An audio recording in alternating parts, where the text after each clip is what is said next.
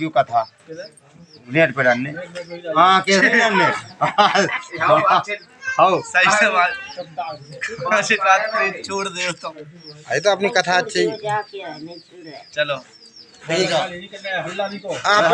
होगा जितना होने तो अबे तो जैसे अपन वो कर रहे थे ना को हाथ गोड़े से चल लगाओ अब लगाओ भोग लगाओ।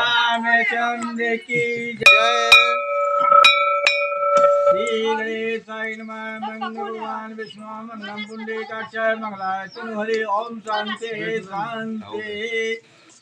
एक समय नैमिषारण्य में चले गए तो 88,000 जाकर के श्री सूर्य भगवान के पास पहुंचे, जैसे कि आप लोग आकर के और अपने गणेश महाराज के पास पहुंचे कि प्रभु मैंने तब किया, पूजन पाठ किया, उपास किया, सत्य बोल रहे हैं कि आज मैं श्री सत्य नहीं कथा मैं कराने जा रहा हूँ।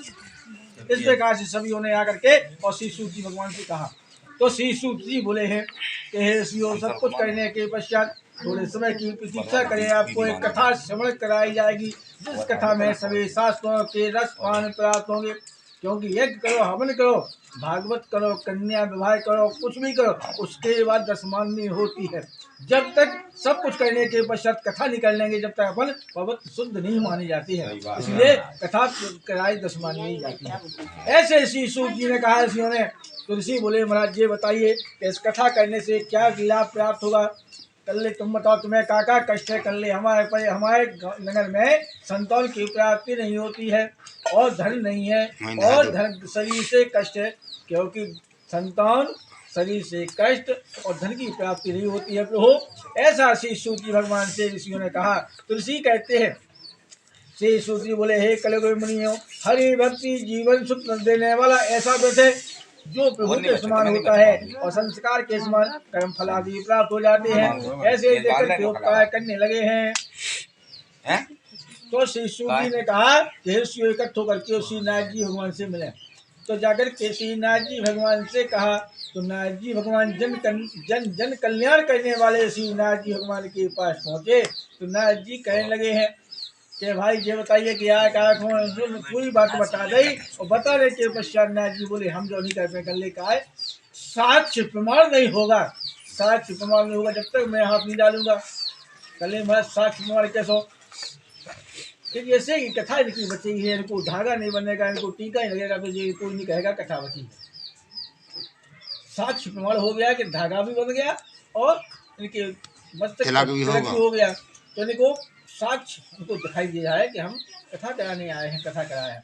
ऐसी नारद जी बोले साक्ष्य प्रमाण के पीछे हम कुछ नहीं कर पाए। कल महाराज कैसे पहले हम आपके नगर में चलेंगे और नगर में जाके देखेंगे तुम्हारे घर संतान की प्राप्ति होती कि नहीं होती, तुम्हारे घर में धन है, तुम्हारे घर में शरीर से कष्ट किसको है। ऐसा श्री नारद जी भगवान ने कहा। तो नैमिषारण्य में श्री नारद जी भगवान पहुँच गए हैं। नैमिषारण्य में पहुंचे नारद जी समय तो एक बार जी नारद जी लोगों को धर्म कथमय लोक में पहुंचने के पश्चात जब नारद जी भगवान ने क्या विचार किया कि चलो ऐसे नहीं मानेंगे, भिक्षा मांगना स्टार्ट किया। हर घर से भिक्षा मांगने का विचार किया। तो पहले घर किसके घर पहुंचे, जिसके घर संतान की प्राप्ति नहीं होती है, तो उसके घर से भिक्षा मांगे। तो आंगन था सूना हुआ था, क्योंकि आंगन में चहल पहल नहीं हो रही है, सूना है। तो नारद जी भगवान ने विचार किया कि दो प्राणी हम दो ही चले आए हैं भगवान को भिक्षा देने के लिए, इनके घर में संतान की प्राप्ति नहीं होती है। तो नारद जी ने विचार किया कि वास्तव में कष्ट इनको है। ऐसे ही नारद जी भगवान दूसरे घर पहुंचे हैं तो कड़ौता हुआ, शरीर से कड़ौता हुआ भिक्षा देने को आया। तो नारद जी भगवान विचार करने लगे हैं वास्तव में कष्ट है, शरीर से देना चाहता है, इच्छा है सही से। तीसरे घर पहुंचे नारद जी भगवान तो देखा कि वो जल लोटे में जल लेकर के और नारद जी को जल देने आए कि महाराज आप जल पी लो, क्योंकि उसके घर खाने पीने को दान देने को नहीं है। तो जल है उसके मन में इच्छा है, क्योंकि हमारे जैसे कोई भूखा मतलब भूखा प्यासा है, आपके पास कुछ भी नहीं है खाने पिलाने को, तो पहले के आदमी गुड़ खिला देते, बसीता खिला दे, शक्कर खिला दी और जल दे दिया कि पेट किसी दुश्मन को नहीं दिया जाता पानी। को सवेरे से आ जाए और तुम पानी को लोटा ले जाओगे लगा तो बड़ी गुस्सा की बात है, चाय दे दो फिर पानी दे दो, नाश्ता दो, वो हो जाता है। इसी प्रकार से तो भगवान ने विचार किया कि इसके पास कुछ नहीं है। तो नारद जी भगवान एक जगह बैठ कर के ध्यान करने लगे हैं कि इनका दुख दूर कौन करेगा। तो नारद जी के मन में विचार उठा के विष्णु ठीक कह सकते हैं, विष्णु भगवान के पास जाना चाहिए। तो नारद जी विष्णु लोक को पहुँच गए हैं। शुक्ल वर्ण चतुर्भुज शंख चक्र गदा तथा पद ऐसे वह माला पहने हुए नारायण भगवान को पीताम्बर वस्त्रों में देखा। नारद जी भगवान ने, जैसे कि आपके घर कोई रिश्तेदार मेहमान आता है तो आप कितने खुश हो जाते हैं, कितने अति खुश हो जाते हैं कि चलो हमारे फला नहीं आ गया रिश्तेदार।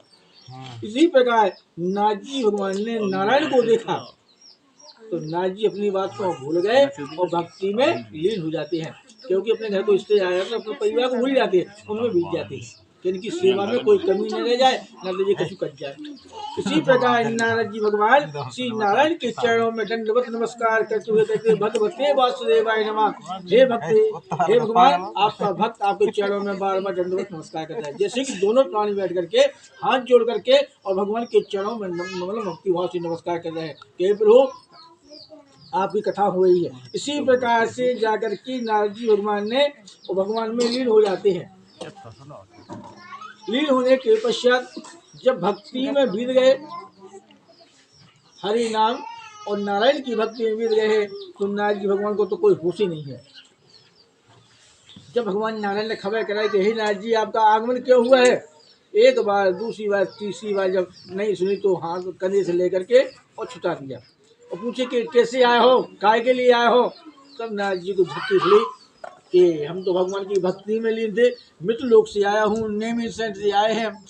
हे प्रभु, मैं नेमिषण से को अनंत कष्ट देखते हुए आपके पास आए। कल्ले कौन कौन कष्ट है, कल्ले शरीर से कष्ट है, सन कौन से धन से कष्ट है, ऐसा उपाय बताओ कि सबके दो दो एक ही चीज में हो जाए, क्योंकि 88,000 है, एक दो हो तो बता दी, मैं एक चीज बताना है, एक में सबका उद्धार हो जाए। तो श्री नारायण भगवान बोले, हे नाथ जी, कल्याण करने वाले, बहुत अच्छे प्रसन्न करने वाले, मनुष्य हितकारी, जो मनुष्य के हित में सुख काम करता है वो परमात्मा के समान होता है। किसी मनुष्य को कुछ हो जाता है और कोई मनुष्य पहुंच जाता है ऑटोमेटिक तो कहते हैं भगवान ने पहुंचा दो, तो नहीं गए। इसी प्रकार से भगवान की कृपा होती है, भगवान उसको पहुँचाते हैं, उसका जीवन भगवान लौटाते हैं। इसी बात देख करके सुनाथ जी बोले, मनुष्य हित कार्य करने वाले या मनुष्य के हित के करने वाले हैं, आप परमात्मा के समान हैं। आप पे अति प्रसन्न हो चुके हैं। अब मानिए महाराज